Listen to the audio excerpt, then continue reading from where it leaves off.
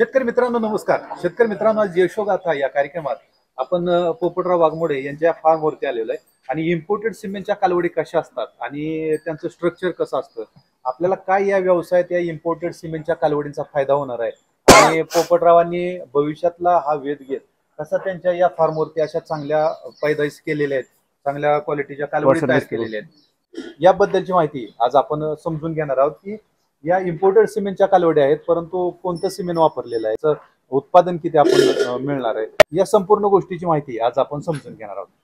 नमस्कार. नमस्कार. तर सुरुवातीला ओळख द्या करून तुमची. पोपट माणिक वाघमोडे, उमरे देगाव, तालुका माळशिरस, जिल्हा सोलापूर. बरोबर. तर आता इथं या पोपटराव, आता ही जी पहिली कालवड आहे, तर हे तुम्ही म्हणता इम्पोर्टेड सिमेंटची कालवड आहे. तुम्हाला का असं वाटलं की आपल्याला इम्पोर्टेड सिमेंट वापरायचं? इम्पोर्टेड सिमेंट वापरल्यानंतर कालवडच होती, 90% कालवड होती. त्यात शेतकऱ्याचा फायदा होतो आणि गायच्या जागेवर गाय उभा राहते आणि दूध मिळतं. त्यासाठी इम्पोर्टेड सिमेंट, शॉर्टेड सिमेंट वापरतोय. आता परंतु ज्या गायला तुम्ही हे इम्पोर्टेड सिमेंट वापरणार आहे, भरणार आहे, याचा 100% माज तुम्हाला कसं समजला? कारण मला वाटतं इम्पोर्टेड सिमेंटचं जे कालवड आहे तर ही 100% व्यवस्थित माज असेल तरच कन्सिव्ह होते. हो, आहे ना.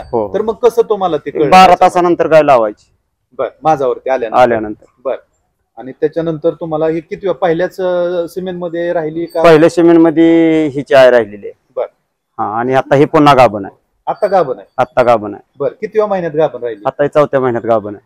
आता इतर कालवडी पण तुम्ही, आता व्यवसाय खूप जुना आहे तुमचा. हो. इतर कालवडी पण तुम्ही सांभाळल्या. हो.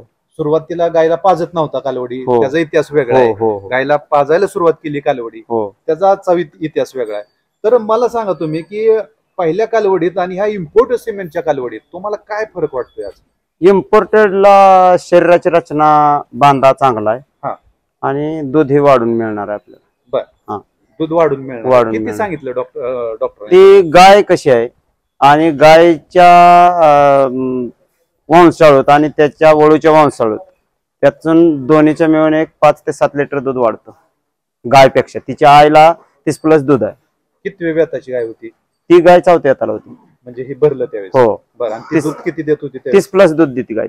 बर. म्हणजे आता हे 35+ हिने द्यायला पाहिजे. बरोबर. आता ही मॅनेजमेंट, पेंट कशी असेल, चाऱ्याचं नियोजन कसं असेल त्याच्यावर राहणार. बरोबर. काय वाटतंय तुम्हाला एकंदरीत? देणार तेवढी देणार. तुम्हाला एवढा अनुभव आहे तर कालवडी चालतील देणार. बरोबर. आता किती दिवसाचं झालंय? आता ही 18 महिन्यात झाले. 18 महिने. 18 महिने. म्हणजे गाभण असून किती दिवस झाले? गाभण 14 महिन्याचं मोकळा आहे. गाभण 4 महिन्याचं आहे. 4 महिन्याचं गाभण झालं. मग 14व्या महिन्यात तुम्ही हे भरलं? 14 महिन्यात भरतो. बर. कितव्या माझाला भरलं का पहिल्याच माझाला? माज 10 महिन्यापासून करते ती, पण आम्ही 4 ते 5 माज मोडतो गायच कालवडीच. बर. गरजेचं वाटतं? गरजेचं. शरीर 300 ते 350 किलो वजन झालं पाहिजे. वजन कसं तुम्हाला कळलं? वजन आम्ही टेप, गोविंदच्या डॉक्टरांनी आम्हाला, बारामती अग्रोच्या पेंडवाल्याने टेप दिलेला आहे आम्हाला. ते अंदाजे वजन राहतं त्याच्यावर आणि ते टेपवर आम्ही वजन गायचं घेतो. प्रत्येक गायचं वजन घेतो आम्ही. महिन्याला 2 महिन्याला गायचं वजन घेऊन ठेवतो. बर. आणि त्याच्यावरून एक ठोकताळा आपल्याला समजतो. हो. बर. त्याच्यानंतर तुम्ही गाय म्हणजे भरवायची. गरजेचं वाटतं का तुम्हाला हे? 100% गरजेचं वाटतं, कारण शरीर असं होतच नाही कमी दिवसात लावल्यानंतर. म्हणजे गायचं वाटोळ होतं गायचं. पुन्हा आयुष्यभर ती गाय बारीकच राहते.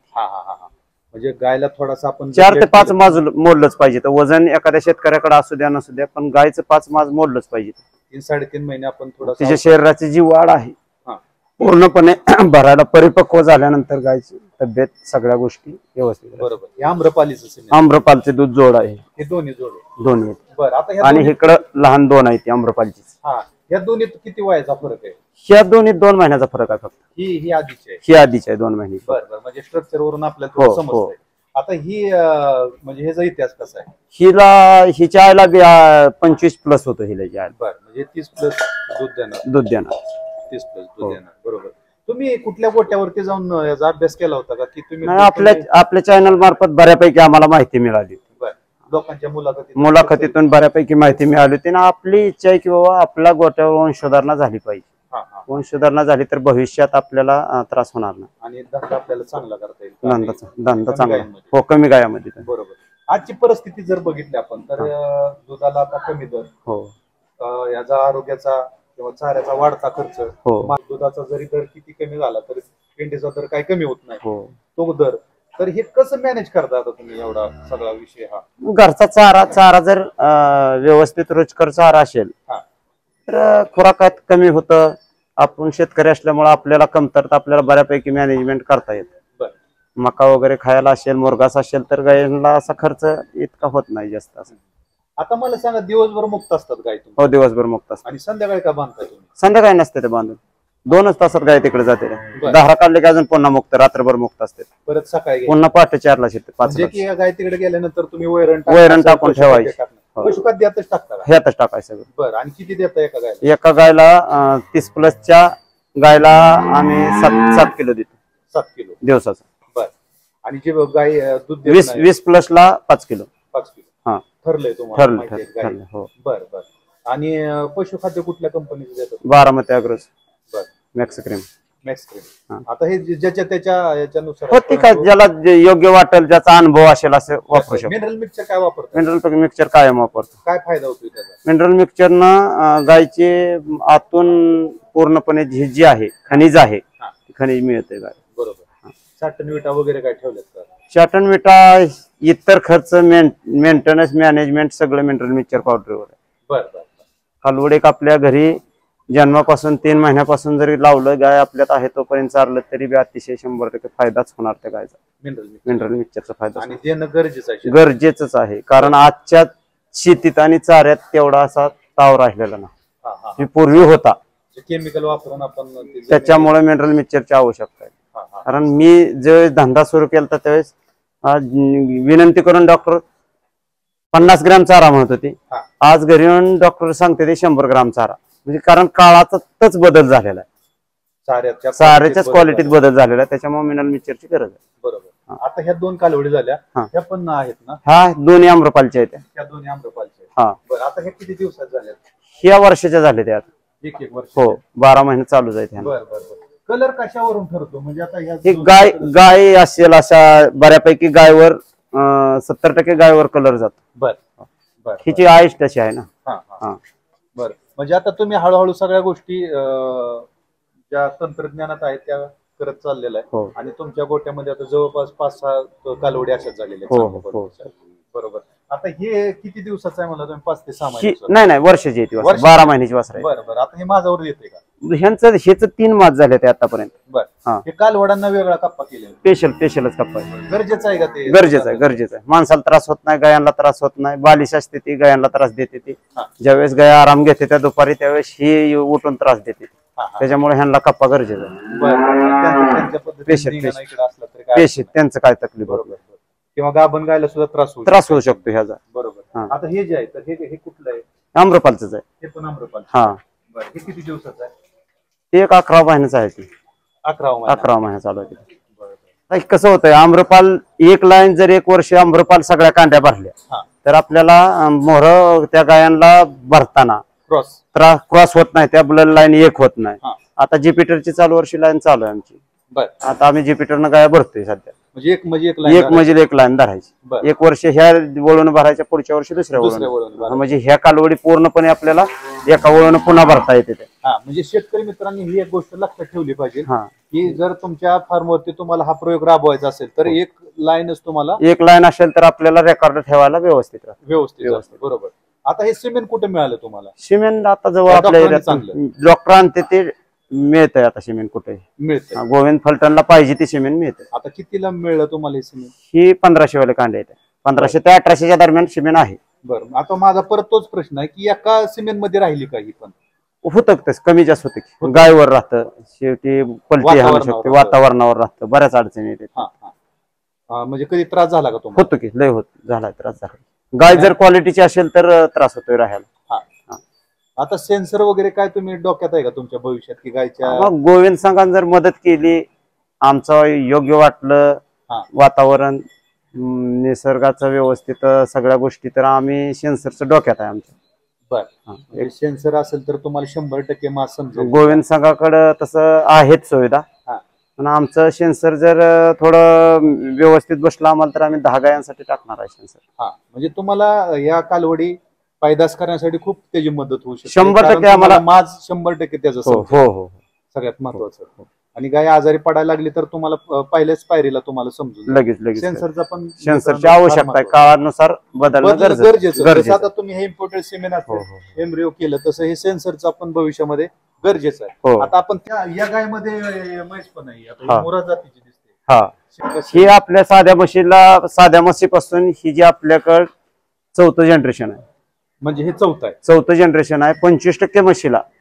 25% म्हशीला आहे मोरात जन्मले. संयमानं व्यवस्थित शेतकऱ्यांना जर संयम ठेवला आणि पोस्ट वाढत गेला तर ही जी 3रं जनरेशन होतं हिची ती आहे.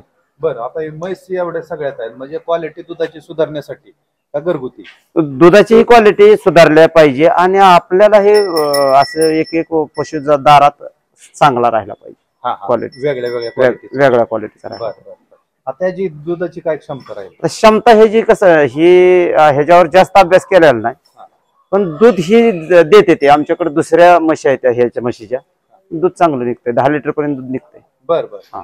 म्हणजे भाकड काळ जास्त, भाकड काळ कमी आणि दूध हे जास्त.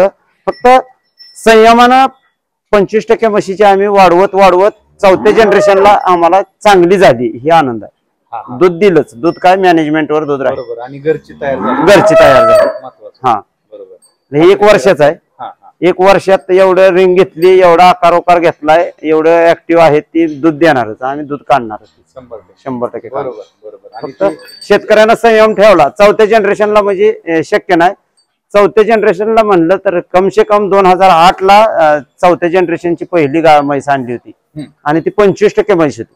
बर. आता तुम्ही तिला वाढवत ही 3ऱ्या जनरेशनची. बर.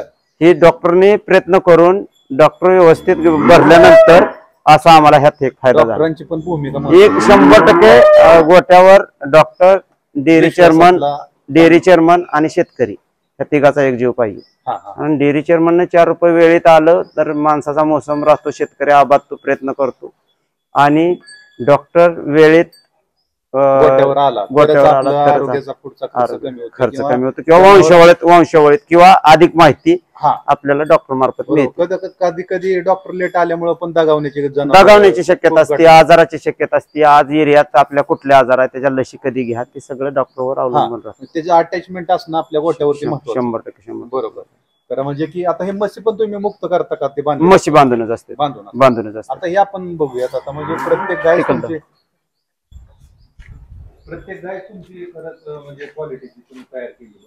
आता ही जी आहे ही एम्ब्रिओ ट्रान्सफर आता 25 तारखेला खाली होणार आहे. जे येणार आहे 25/7 ला 25